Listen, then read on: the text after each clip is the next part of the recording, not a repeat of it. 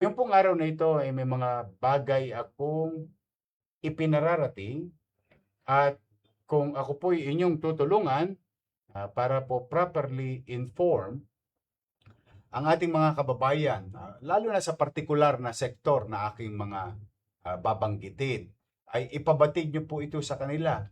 Wala naman pong toss gas. Please do share this broadcast by your city government para nang sa ganun po ay properly inform ang ating mga kapitbahay, kamag-anak, pamayanan, at mga mamamayan sa lungsod ng Maynila. Now, let me begin. Uh, Unang-una ay nais ko pong ipabatid na ang inyong lingkod at ang City Treasurer's Office through Attorney Paul Vega ay nag-usap upang nang sa ganun ay tugunan yung ating mga pribilehiyong ipinagkakaloob sa ating mga kababayan, sa estudyante, sa mga parents or what you call solo parents, PWDs, minor at adult, mga senior citizen, police, teachers, and so on and so forth. Ito po yung mga ordinansang ating ipinatupad noong tayo po ay unang naging mayor at patuloy ko po itong ibinabalik at tinutupad para naman po kahit papaano ay maibsan yung ating mga ilang pangangailangan sa abot ng kakayanan ng inyong pamalang lungsod. At hindi naman kaila na tayo po ay talagang ang tawagan natin sa bilang magulang, hand to mouth. Nangyayari sa atin. But sa awa ng Diyos, nakakaraos tayo, nagagawa ng paraan na itatawid. O side by side, ay patuloy pa rin naman nating dinidevelop ang ating mga pasilidad, pangkalusugan, pang-edukasyon at pabahay.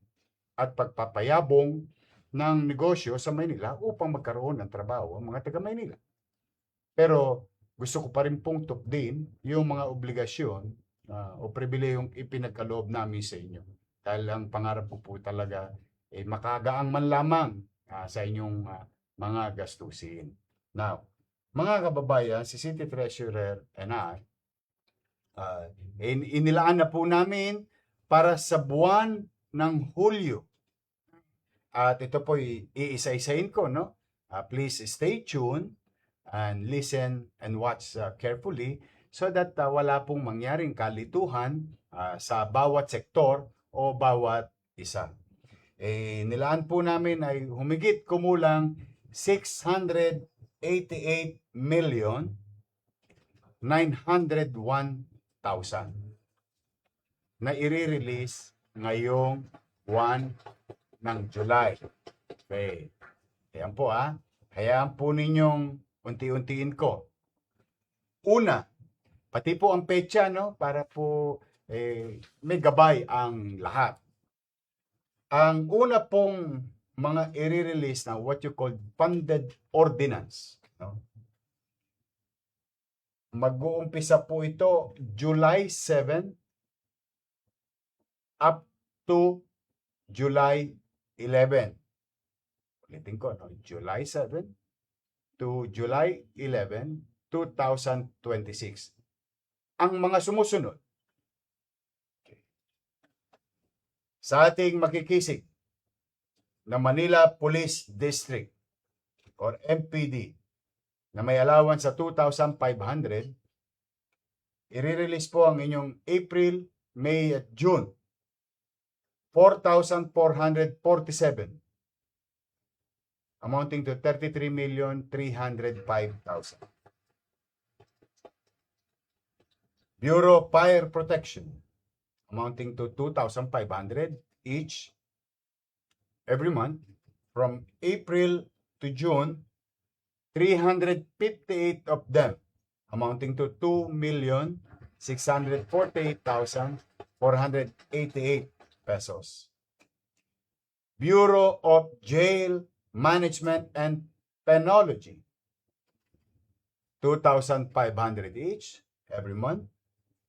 For the quarter, which is April, May, June 2026, 431 of them, amounting to 3,150,000.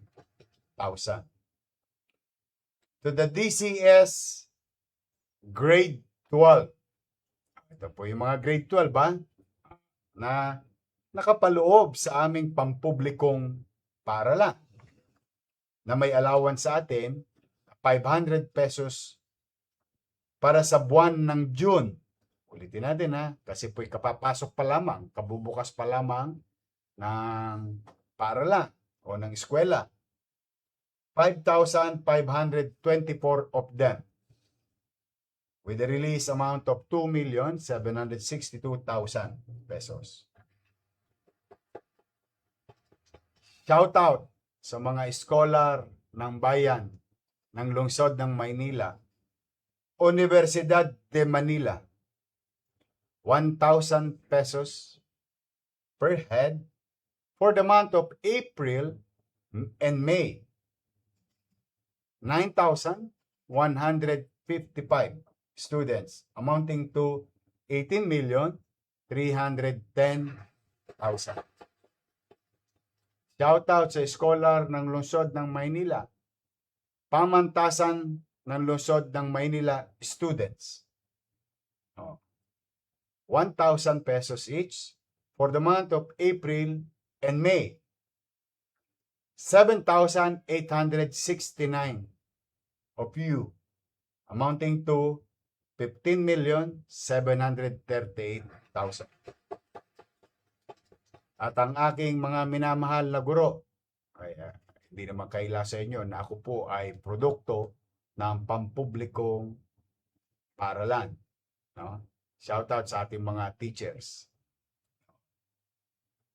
Teachers incentive, 2,000 pesos each, April, May, at June, with total numbers of 12,466 of you, amounting to 69,237,841.54 pesos. At shout out sa tinutulungan din nating Iris. May pagkakautang po kami sa inyo, ito po ay 2 quarter. Mag-update po kami. Shout out sa mga taga-Iris. Unang subsidy na binibigay ng lungsod is January to March. 6,803,135 pesos. Second subsidy for second quarter for Iris, April, May, June, 6,803,135 pesos. Yang mga napauna kong binanggit, or sets of people and groups, simula 7, in fact, maya-maya po, baka yung mga taga-UDM tumatanggap na ngayon. Huwag kang mag-alala, steady ka lang sa Gately. Hindi ka mawawalan. Hindi ka rin magkakaroon. Ito po is July 7 to 11. Yung mga una kong nabanggit. Ano pong ibig sabihin? Simula July 7, ay unti-unti nyo na pong matatanggap. Ibig sabihin, siyempre po marami pong tao yan. Alam nyo po ba ang total na tao ay 40,250 na individual. Pero dahil sa mga sistemang pinaggagawa natin, ipinatutupad natin, matatanggap nyo yan na agaran or sa lalong madaling panahon o sa takdang panahon aking isinaad. Sunod. Ito naman pong mga susunod kong babanggitin ay para sa araw at petsa ng July 22 to July 24. So, 3 araw po itong gagawin. Ulitin ko, Ito mga susunod kong babanggitin is for the month of July, ang release, ang petsa ay July 22, 23, and 24.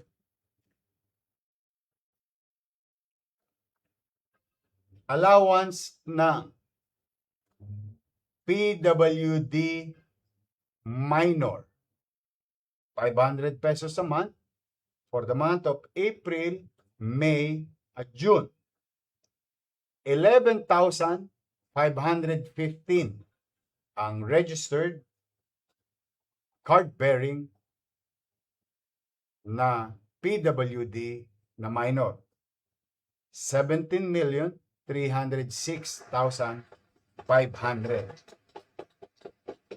Okay.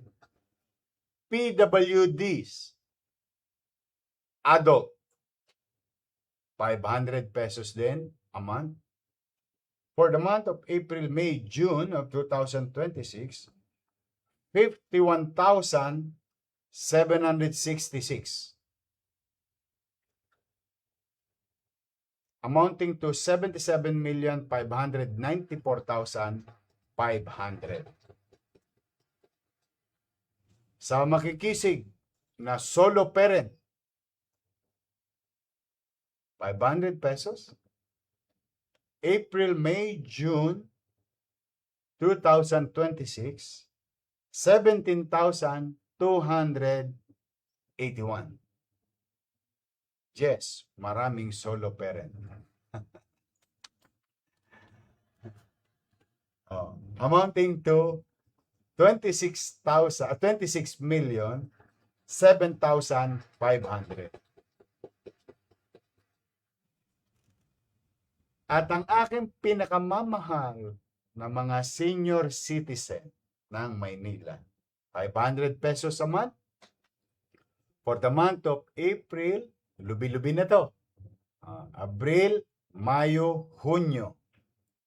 220,963 na senior citizen sa lungsod ng Maynila. Ulitin ko po, no? Sa lungsod ng Maynila na nakapaloob sa programang itinaguyod natin, isinimulan natin, at patuloy natin pinatutupad, na kung saan walang distinction, mahirap, middle class, at mayaman. Ibig sabihin, lahat ng senior citizen. Basta, ang kwalifikasyon lang ay edad at sa Maynila. Kaya ako po yan nililinaw kasi may additional good news po tayo. But for the meantime, ito pong senior citizen allowance ng lungsod ng Maynila. 220,963 of you, i-release ang 331,445,000. Jeremy, I love you. I love you. Mga lolo't lola ko. Lubi-lubi na. So, ulitin ko ha. Yung mga nabanggit ko na yan, katatapos lamang, ay ipatutupad sa July 22, 23, 24 of 2026. Now, meron po kong additional special announcement. Kung sa Maynila, lahat po binibigyan. Kaya lamang, sa national government, meron din pong isang batas. Binibigyan na social pension ang mga naitala.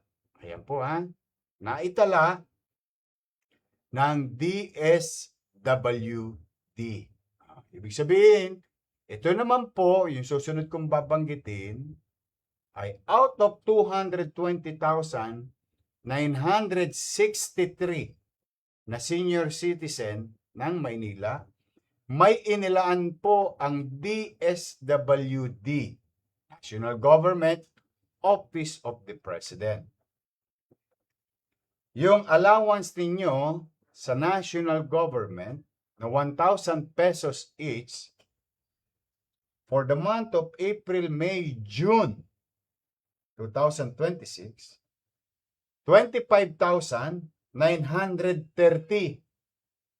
Ulitin ko 25,930 na naitala ng DSWD na isinumiti sa amin at pinadala na po ang pondo sa atin sa lungsod ng Maynila, amounting to 77,790,000. Ang tanong, kailan to ipatutupad? The same day on July 22, 23, and 24, 2026. This month. So may mga lolo't lola ako, 25,930 ay tatanggap ng dalawang set. Isa sa lokal, isa sa nasyonal. Magkapatong sabay na ibibigay ng inyong SOCA o OSCA, MDSW, MPD, and SDO, headed by Director Dr. Gayola.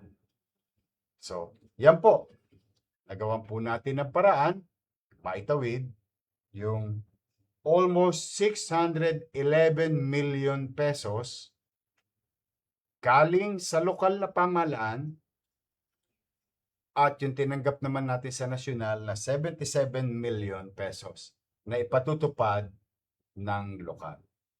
So yan po mga kababayan ko, masaya ako para sa ating mga K-12, UDM students, at PLM students, pati na rin ang IRIS.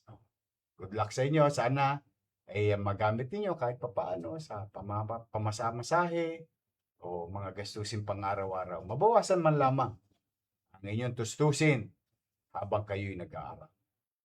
Ngayon naman, sa aking mga teacher, baka naman, I love you mga teacher ko o mga pulis natin, and so on and so forth. At sa aking minamahal na senior citizen. Diyan lamang po muna tayo mga kababayan ko sa lungsod, and I hope, please, do share this live broadcast by your MPIO sa programang Talk to the People sa mga kaibigan, kaklase, kamag-anak, kakilala, kapitbahay, everyone. So that mawala ang kalituhan at makapag-antabay sa mga takdang araw na atin na pong naisaad. No? So muli, mag-iingat kayo, pumanatag kayo, mga taga-lungsod ng Maynila, ating mga kababayan, no? Pipilitin natin, laging maging mainam, masinop at epesyenteng gastahin ang mga taxpayers' money ipinagkatiwala sa atin ng mga kababayan natin. Buong kababaang loob, ay ako naman ay talagang magsisinop at maitawid yung ating mga obligasyon, yung ating mga gawain, at mapatupad natin ang ating mga pangarap, hindi man sa inyo, immediately, sa mga anak ninyo at salinlahi ninyo sa lungsod ng Maynila. Kaya po, lagi kayong mag-iingat at sana nga, kalooban nawa kayo ng malusog na pangangatawan araw-araw. At may awa ang Diyos, lagi naman tayong makararaos. Hanggang dito na lamang po muna. Ito po ang inyong lingkod, si Yorme po. Nagsasabing muli, pagpalain nawa kayo ng Pong May Kapal. Maraming salamat po, and Manila, God first.